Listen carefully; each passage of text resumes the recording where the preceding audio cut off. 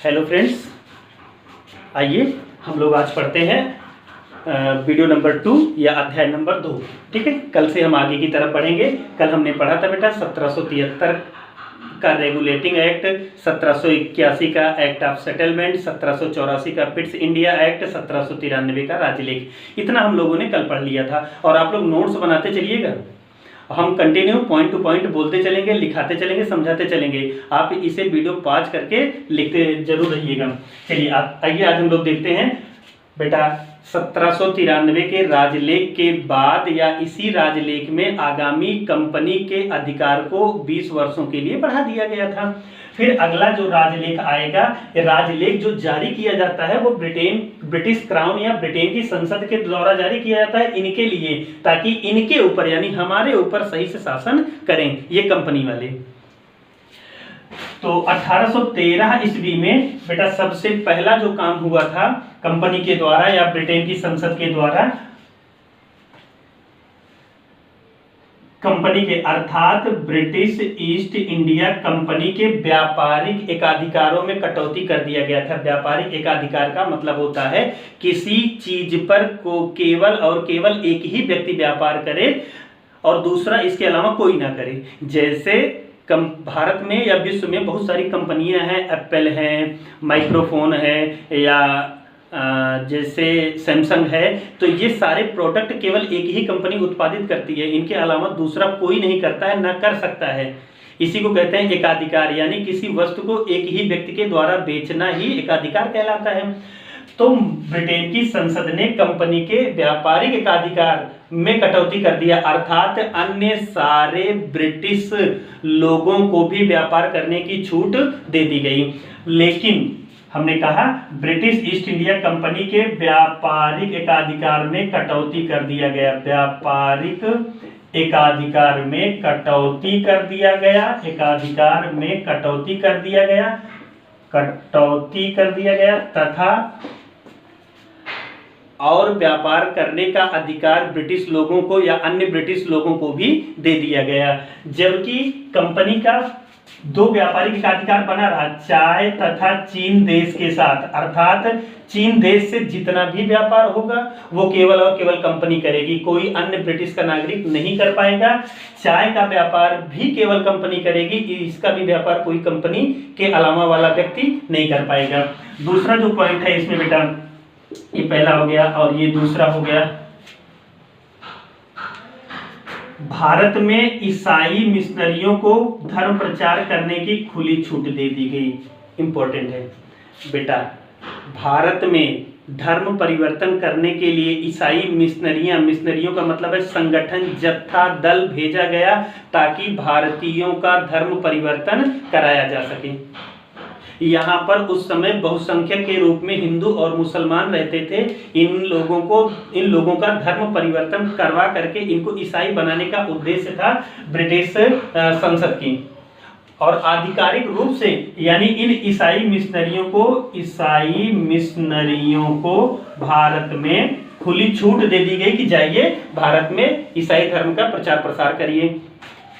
तीसरा पॉइंट बेटा, दूसरा एक बार फिर से सुन लीजिए, ईसाई मिशनरियों को भारत में धर्म प्रचार करने की खुली छूट दे दी गई इस राजलेख के माध्यम से। तीसरा जो पॉइंट है, ये कहा गया कि भारतीयों की शिक्षा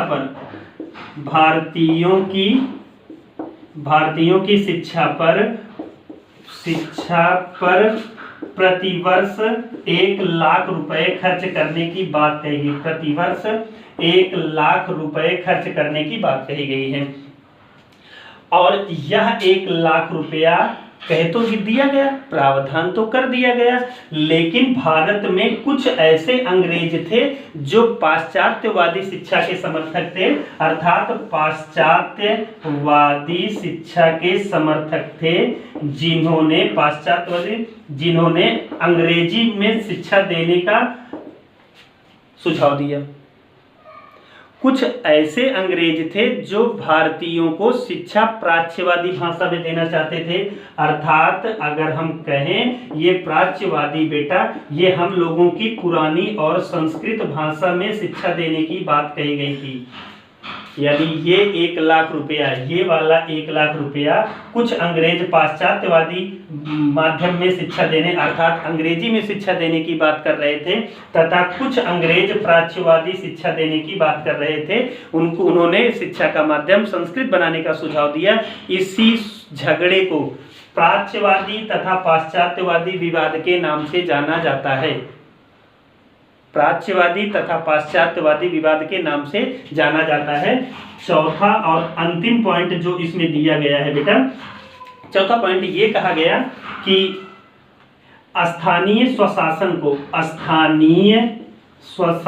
को कर लगाने का स्वशासन को कर लगाने का अधिकार दे दिया गया। इसका मतलब है जो नगर निगम थे, भारत का, रिमार्क यार नोट करके बेटा लिख लेना है, भारत का पहला नगर निगम मद्रास है और उस समय गांव जैसी संस्था थी, ठीक है ना, और नगर पालिका जैसी संस्था थी, नगर निगम जैसी संस्था थी।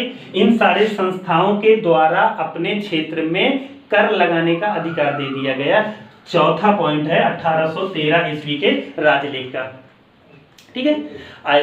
इतना है 1813 ईस्वी के राजलेख में। चलिए हम लोग आगे बढ़ते हैं, अब पढ़ेंगे 1833 ईस्वी का राजलेख। कौन सा?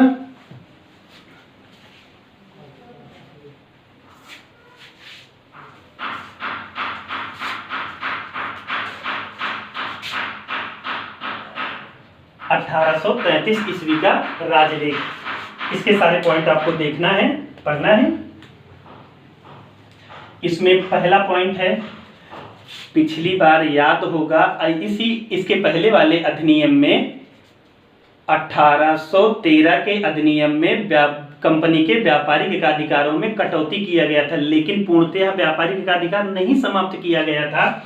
इस वाले अधिनियम में यानी ब्रिटिश ईस्ट इंडिया कंपनी के व्यापारिक एकाधिकार पूर्णतः समाप्त कर दिए गए, अर्थात चाय तथा चीन देश के साथ वाले व्यापारिक एकाधिकार भी कंपनी से छीन लिया गया। यानी अब चाय का भी व्यापार सभी ब्रिटिश कर सकेंगे तथा चीन देश के साथ भी व्यापार कर सकेंगे। चलिए आप लोगों को एक बात हम बता देते हैं, यहीं पर हम लोग बाराबंकी से बिलोंग करते हैं और उत्तर प्रदेश में सर्वाधिक अफीम बाराबंकी से उत्पादित होती है और अंग्रेजों के काल में या अंग्रेजों के समय में सर्वाधिक अफीम की अगर चर्चा करेंगे बेटा तो बिहार से उत्पादित होती थी और दुनिया में सर्वाधिक अफीम अफगानिस्तान से। और ये भारत के अफीम बिहार तथा उत्तर प्रदेश के बाराबंकी शहर से ले करके ये अंग्रेज व्यापार करने के उद्देश्य से हांगकांग जाते थे। वहाँ के लोगों को ऐसी अफीम पिला दिए हैं कि आज तक उनमें ये बना हुआ उसको छोड़ नहीं पाए हैं, इसकी लत को हांगकांग के लोग छोड़ नहीं पाए हैं। चलिए बस ये आपको जानना था, बेसिक जानकारी थी। दूसरा है बंगाल के गवर्नर जनरल को भारत का गवर्नर जनरल बना दिया गया। भारत का गवर्नर जनरल बना दिया गया। इसका मतलब था बेटा, जो पहले अगर आप ध्यान से देखेंगे तो कुछ स्ट्रक्चर ऐसे बनेगा,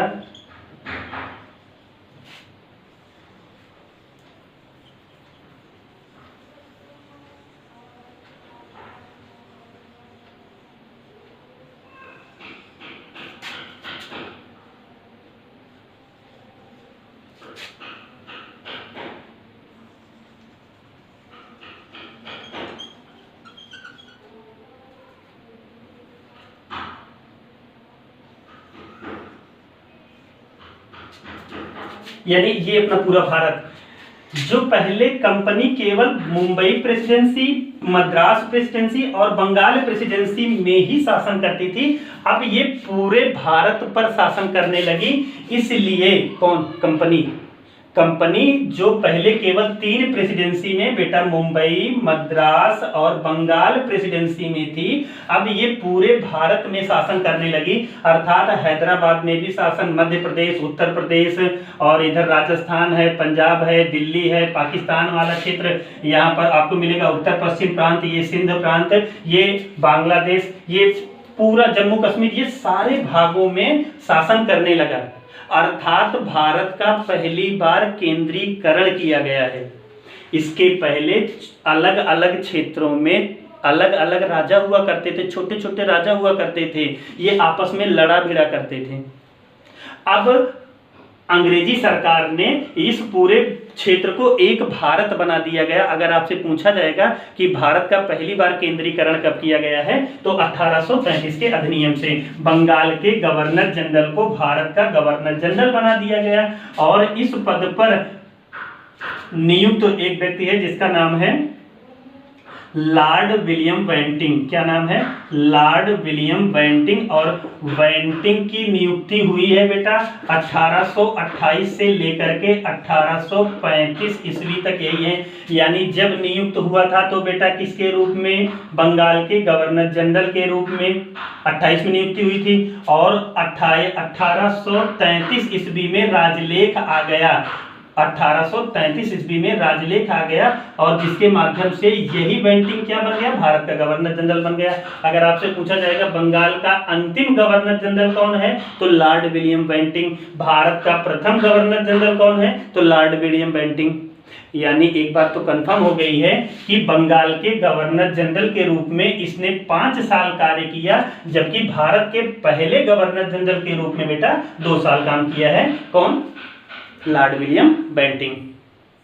ठीक है। और तीसरा पॉइंट है विधियों की संहिताकरण के लिए, विधियों की संहिताकरण के लिए एक आयोग का गठन करने का प्रावधान किया गया। इसका मतलब है कि जो कानून बन करके आ रहे हैं ना बेटा, उनको इकट्ठा करने के लिए एक किताब के रूप में व्यवस्थित करने के लिए एक आयोग गठित करने की बात कही गई थी, जिसका गठन किया गया था 1834 ईस्वी में मैकाले की अध्यक्षता में। मैकाले की अध्यक्षता में पहला भारत का विधि आयोग गठित हो गया था। और अगला जो पॉइंट है बेटा, चौथा पॉइंट है इसमें, भारत के गवर्नर जनरल की परिषद में अब तक 3 ही सदस्य होते थे बेटा, जिसे 3 से बढ़ा करके 4 सदस्य कर दिया गया। और ये जुड़ा जो था वही विधि सदस्य के रूप में जुड़ा था, विधि सदस्य के रूप में जोड़ा गया था। अर्थात भारत के गवर्नर जनरल की परिषद में चौथे सदस्य के रूप में, पहले 3 होते थे और चौथे सदस्य के रूप में जोड़ा गया था। किसको? मैकाले को जोड़ा गया था। और इसी मैकाले की अध्यक्षता में 1834 ईस्वी में भारत का पहला विधि आयोग गठित किया गया, जिसका उद्देश्य था विधियों का संहिताकरण करना। अब इसमें अगला पॉइंट है, इसके 1833 ईस्वी में ही दास प्रथा का अंत कर दिया गया। 1833 ईस्वी में दास प्रथा का अंत कर दिया गया, जिसे जाकर के 1843 में पूर्णतया समाप्त कर दिया गया। फिर कुछ लोगों को ये दिमाग में आ रहा होगा, सर जी तो सती प्रथा बताए ही नहीं। हाँ बेटा, सती प्रथा हम जानबूझ करके नहीं बताए हैं, इसी के लिए हमने रोक रखा था। आप लोग रिमार्क करके नोट करके लिख लीजिएगा यहीं पर, सती प्रथा का समापन लॉर्ड विलियम बेंटिंग के प्रयास से 1829 ईस्वी में शारदा एक्ट के माध्यम से किया गया। रिमार्क करके फिर से सुन लीजिए कान खोल करके, सती प्रथा का अंत 1829 ईस्वी में लॉर्ड विलियम बेंटिंग के माध्यम से के द्वारा शारदा एक्ट के माध्यम से किया गया था। ठीक है। 1833 ईस्वी में दास प्रथा को समाप्त यानी कि अवैध यानी कानून के खिलाफ घोषित किया गया, जिसे जाकर के 1843 ईस्वी में समाप्त कर दिया गया पूर्णतः।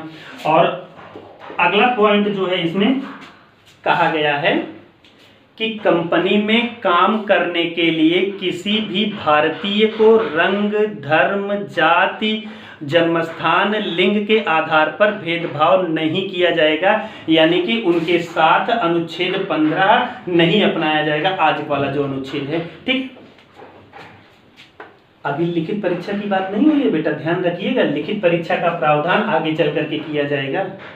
लिखित परीक्षा का प्रावधान 1853 के राजलेख में होगा, 1835 ईस्वी के राजलेख में नहीं होगा, ये आप जानते रहिएगा। रिमार्क या नोट करके आप यहीं पर लिख लेंगे, भारत में संविधान निर्माण का आंशिक संकेत इसी चार्टर से मिलता है। रिमार्क या नोट करके, भारत में संविधान के निर्माण का आंशिक संकेत यहीं से हमको मिलता है। ठीक है, 1835 ईस्वी का राजलेख हो गया। अगला राजलेख है 1853 का राजलेख, और यही राजलेख अंतिम राजलेख है कंपनी के लिए। किसके लिए? कंपनी के लिए। 1853 का राजलेख, 1853 ईस्वी का राजलेख। चलिए आइए 2 मिनट में इसको भी हम लोग देख लेते हैं। पहला पॉइंट, इसी अधिनियम के माध्यम से विधायी कार्यों को प्रशासनिक कार्यों से अलग कर दिया गया। हमने कहा बेटा 1853 के अधिनियम के माध्यम से विधायी कार्यों को प्रशासनिक कार्यों से अलग कर दिया गया, तथा विधि निर्माण हेतु 12 सदस्यीय विधान परिषद का गठन किया गया। फिर से, विधायी कार्यों को प्रशासनिक कार्यों से अलग कर दिया गया, तथा विधि निर्माण हेतु 12 सदस्यीय विधान परिषद का गठन किया गया। फिर ये बात आती है कि सर ये विधि क्या है और प्रशासन क्या है, या विधि निर्माण या विधिक कार्य, और दूसरा है बेटा प्रशासनिक कार्य। प्रशासनिक कार्य, ठीक है। आप लोग एक बात जान लीजिए बेटा, विधिक का मतलब होता है कानून का निर्माण करना, कानून को बनाना। तो नेता लोग अर्थात हमारे यहाँ की जो संसद है वो विधिक कार्य करती है। नेता लोग विधि को निर्माण करेंगे या विधि को बनाएंगे। और प्रशासनिक में जैसे अधिकारी डीएम हो गए, एसपी हो गए बेटा, ये सभी लोग इसका पालन करवाएंगे जो नेताजी लोगों ने बनाया है कानून। यानी नेता का काम है विधिक कार्यों का निर्माण करना। डीएम, एसपी जितनी भी सरकारी नौकरी वाले होते हैं उनका काम यही है कि इन विधिक कानूनों को लागू करवाना ही प्रशासनिक कार्य कहलाता है। ठीक है। विधि निर्माण हेतु 12 सदस्यीय एक विधान परिषद का गठन किया गया। और दूसरा पॉइंट ये कहा गया बेटा कि दूसरा पॉइंट, कंपनी में कार्य करने के लिए अब एक लिखित परीक्षा का आयोजन किया जाएगा। एक लिखित परीक्षा का आयोजन किया जाएगा, यानी लिखित परीक्षा का प्रावधान किया गया। पहली बार लिखित परीक्षा का प्रावधान किया गया।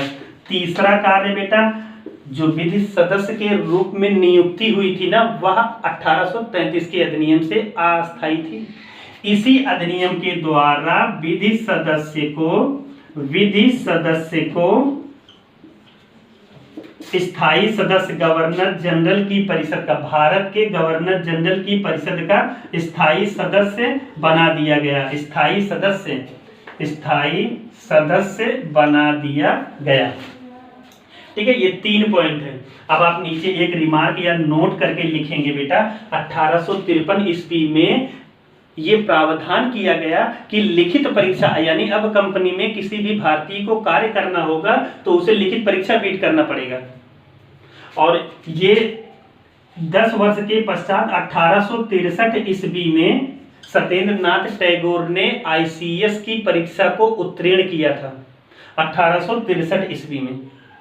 ठीक है, पहले भारतीय हैं जिन्होंने आईसीएस, इंडियन सिविल सर्विसेज का को क्वालिफाई किया था, आईसीएस की परीक्षा को टॉप किया था। लेकिन इतना जानते रहिएगा बेटा, आजादी के बाद यही ICS Indian Civil Services convert हो गई किसमें, आईएएस में, इंडियन एडमिनिस्ट्रेटिव सर्विस। आईसीएस का जनक कहलाते हैं लॉर्ड कॉर्नवालिस। कौन कहलाता है, लॉर्ड कॉर्नवालिस। जबकि आईएएस के जनक सरदार पटेल कहलाते हैं, सरदार पटेल। ठीक, ये सारे प्रावधान हो गए 1853 के राजलेख के। ठीक है, अब हम लोग पढ़ेंगे 1857 की क्रांति, फिर उसके बाद ब्रिटेन की संसद के द्वारा जल्दबाजी में 1858 का अधिनियम पारित किया गया है।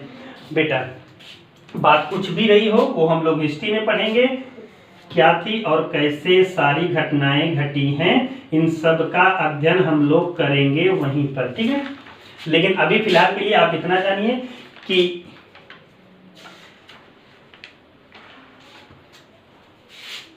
गाय तथा सुअर की चर्बी लगे कारतूसों के कारण उत्तर भारत में विद्रोह हो गया था। इसे कुछ लोग कहते हैं सैनिक विद्रोह है, कुछ लोग इसे कहते हैं भारत का प्रथम स्वाधीनता संग्राम है।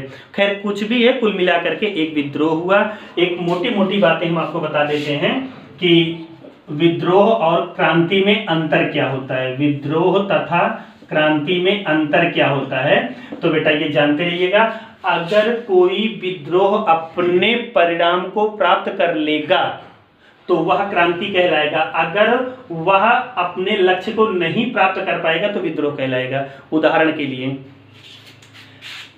विद्रोह, जैसे 1857 की जो क्रांति हुई है, विद्रोह हुआ है, उसका उद्देश्य क्या था, स्वाधीनता को प्राप्त करना। क्या प्राप्त कर पाए, यानी अपने लक्ष्य को प्राप्त कर पाए, नहीं कर पाए ना, आजादी तो हमको 57 में मिली नहीं, इसलिए वह मात्र विद्रोह कहलाएगा। यानी अगर झगड़ा करें और अपने उद्देश्य को प्राप्त कर लें तो वो क्रांति कहलाएगी, अगर झगड़ा करें और अपने उद्देश्य को फिर भी ना प्राप्त कर पाए तो वो विद्रोह कहलाएगा।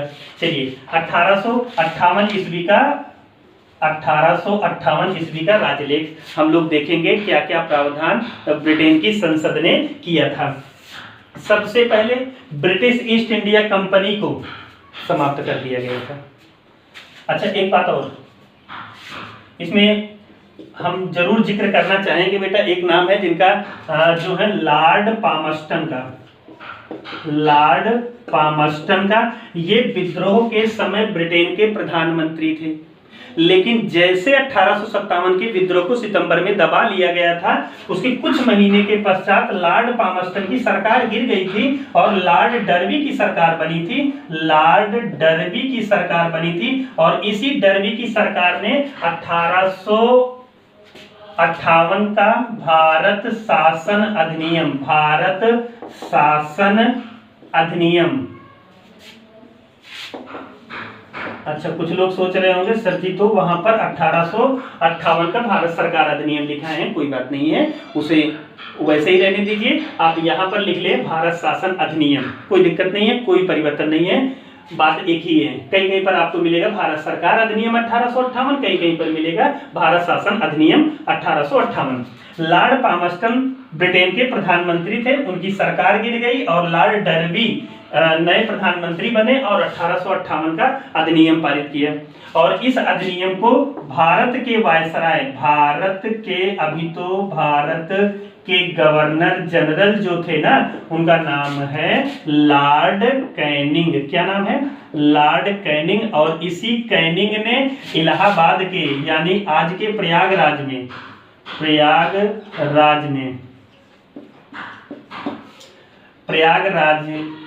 लॉर्ड कैनिंग ने इस अधिनियम को प्रयागराज अर्थात इलाहाबाद के मिंटो पार्क में पढ़ा था 1 नवंबर 1858 को। 1 नवंबर 1858 को इस अधिनियम को लॉर्ड कैनिंग ने पढ़ा था।